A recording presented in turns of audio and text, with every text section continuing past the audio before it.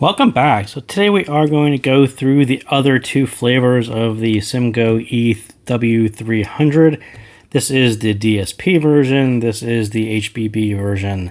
So for those of you who may have looked on Squig or read impressions, these are all three very, very similar sets. So there's not really any need to go through each of them and do a review individually. They are very, very close, and we'll talk about that.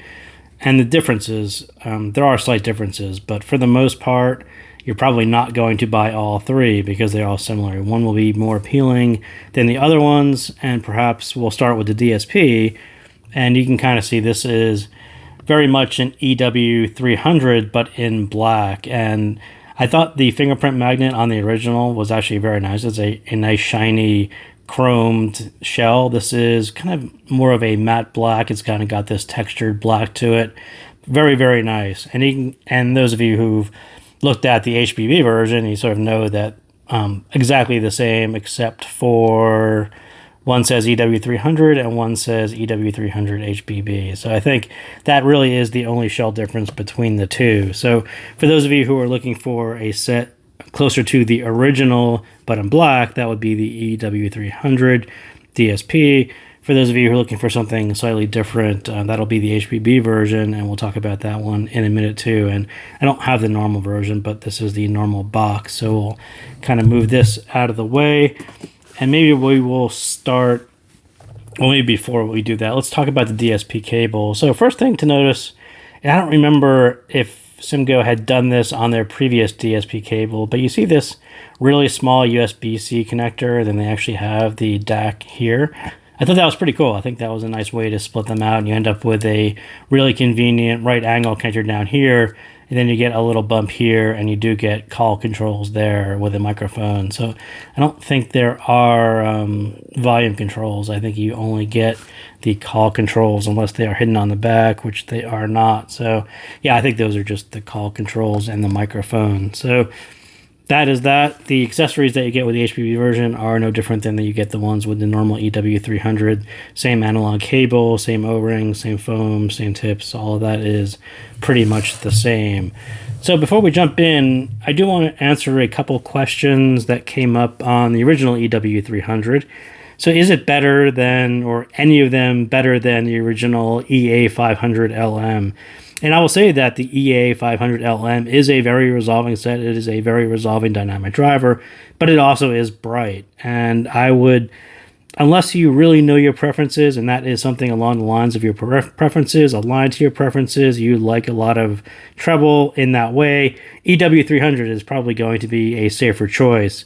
I usually say, the most technical, most resolving sets won't matter if the tuning doesn't align to your preferences. And that was sort of the problem with EA500LM, was that brightness and that upper treble level and the upper mid level.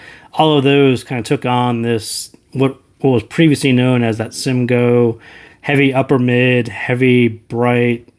They are really lean into that style sound. And if that is with your preferences, then yeah, you'll probably get along well with EA500LM. Otherwise, if you don't know, have no idea, you're probably going to be safer going with one of the flavors of EW300. So does it have the same technical performance as EA500? And I would say no. I would think it's better than EA500. But be really careful with similarity syndrome. Lots of people talk about this set is better than this set, this one has more text than the other one, and your source really makes sets sound similar. And I don't want to dive too deep into this topic, but lots of people end up with $100 sets that sound like $300 sets. Everything sounds similar, right?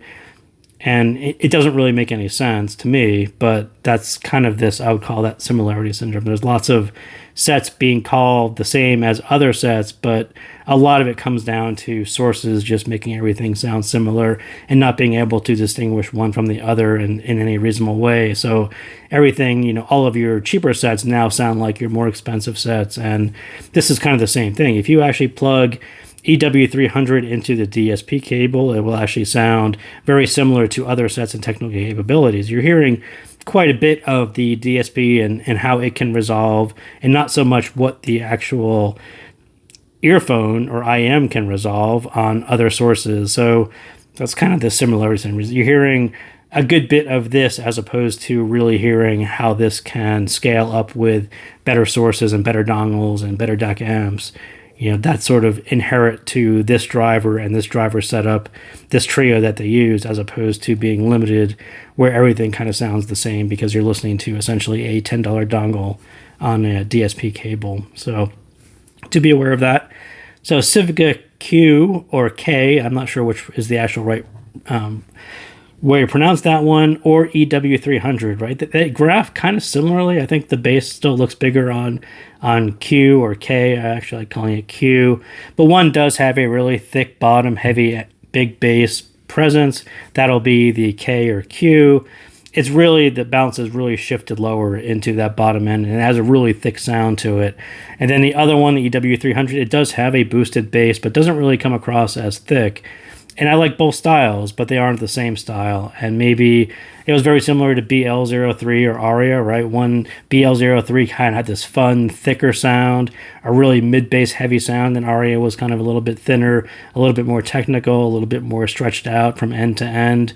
There was kind of a balance shift between the two. And I would say that is exactly what you hear on either Q or EW300. If you are more of a low end centric R&B hip hop, you're probably going to like Q, but EW300 can definitely handle those, and especially if you go to the other tip, the gold tip, that will get you there as well. But yeah, in general, I think the K or the Q was the one that really has a thicker low end presence to it, and it's quite thick and a lot of bass there, and whereas EW300 just kind of a nice bass boost to it. So are all three versions, the DSP, the HBB, are they the same tuning? And I will say no, they are very similar, but it's like splitting hairs. There is very slight differences between all three, and we'll kind of walk through some of these. So the EW300, the HBB version, which is the one over here, the one that, it reminds you because it has HBB on the back as opposed to this one, you'll easily mix up the two if you have them both on your desk, as I did. So thank God they actually label them. But of all the changes I would have wanted an EW300 variation, it would have been slightly more bass and take that sub bass extension just a little bit further. I talked about EW300 having kind of a quicker, faster hitting, it was definitely a faster style bass. And the one bit that I actually thought that the HBB version was going to address was going to be that little bit. Just have it extend a little bit so the bass and the drums sound just a little bit deeper, sound a little bit more extended. And I know that's not actually a SIMGOT style sound, but having an HBB version I thought would have actually done that. And that's essentially what they did. But the HBB version does it very subtly, and they added some treble at the same time, which isn't exactly what I wanted. I think if they had taken the original EW300 and just extended the bass just a little bit, just ticked up the level just a little bit so that the extension was just a little bit more present and you had that deeper thud to it, I think that would have been a really nice variation without changing anything else. But then they went along and kind of added some treble to it, and we'll look at that in a second. And for me, it shifted the balance a little bit from what I loved on EW300. So now the HBB version is probably about a half step away from the balance of EW300 because the bass is a very subtle change, but the treble is more noticeable because of where they changed it, and our ears are very sensitive to that spot. And so it becomes more noticeable. At least it was more noticeable to me. So the DSP version, I would say it's right between the original and the HBB version. So they did make a couple changes to it, but not really as noticeable, and it's even more subtle than the HBB version. So I would call this one about a quarter step away from what I prefer on EW300. So with the DSP cable, perhaps there's a slight bass decrease, but it's even harder to really notice that, and there's still a slight bump in the treble. These two share kind of a similar treble bump. This is a little bit more, this is a little bit less. Like I said, it's probably a quarter step closer to the original EW300, and that's sort of why I prefer the DSP version. But it's not quite the same as HBB. And it basically splits the difference between the two, between the original and the HBB version, if you're using the analog cable, because I don't think there's actually a bass dip and the rest of it kind of is a wash, and it sounds very, very similar to the original EW300. So the DSP cable does sound fine, actually. It doesn't color the sound in a way that loses its EW300-ness, or what I loved about EW300.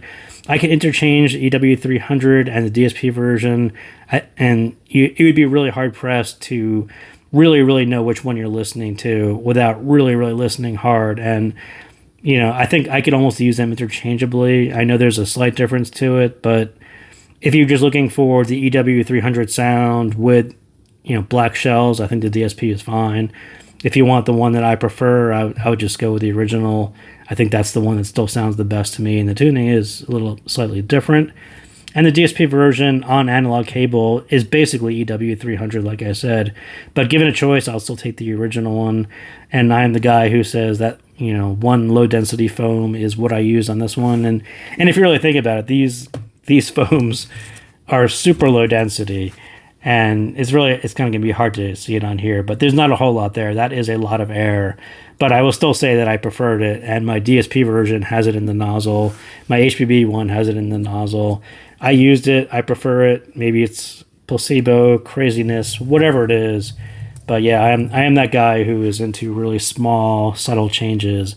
And I kept the foams in because I think it sounds better. But if you want to look at graphs, I would not look at squigs all that much because everyone's EW300 is measuring slightly differently.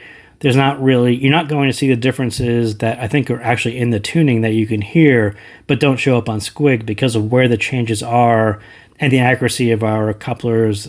There's a mismatch there because I think when I listen to, this is the regular EW300, this is the HBB version. And like I said, this part you can actually hear. So this change where there is slightly more sub-bass, I think that is audible. And I was listening to Massive Attack, Unfinished, Sympathy, and you listen to that on repeat, you can kind of pretty much convince yourself that, yes, that is a noticeable change. And I think that change was for the better. And as I said, of all the changes that they could have made, that would be the one that I really wanted, that really carries out the sub-bass in a more extended way, and I thought that one was right on.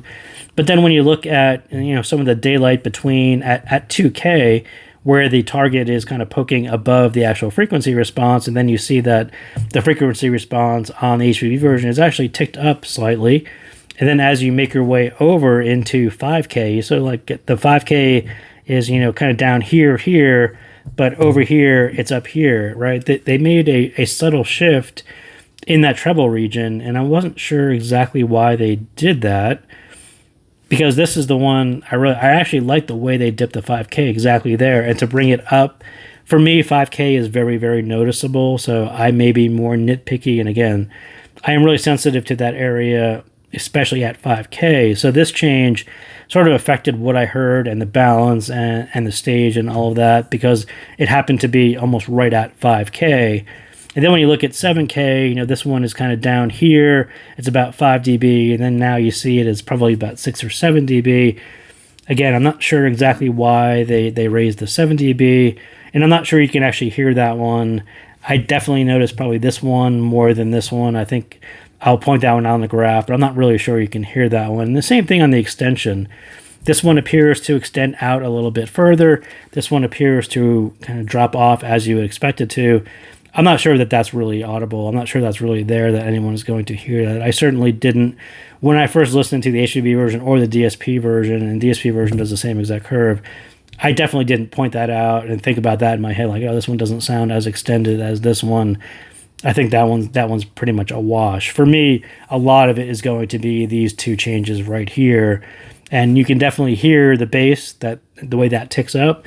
But yeah, this one was sort of more noticeable. When I say it's about a half step away from this one, a lot of it is this. It's just a subtle shift in balance that I really loved on the original EW300. And now it's kind of slightly different in a way that wasn't my preference. So that's the HBB version. So the DSP version, like I said, is almost in between the two, and I didn't do a blow up of it, but here's essentially, can we get a good look at it? So the frequency response, if you actually look at 2K, so this actually dips down a little bit lower. So like I said, there might actually be a lower dip in the mid bass. I'm not going to swear that that's really there, but the way the 2K to, you know, almost 4K carries over is actually a little bit more similar to the HBB version, and then the rest of it on down is actually closer to the EW300.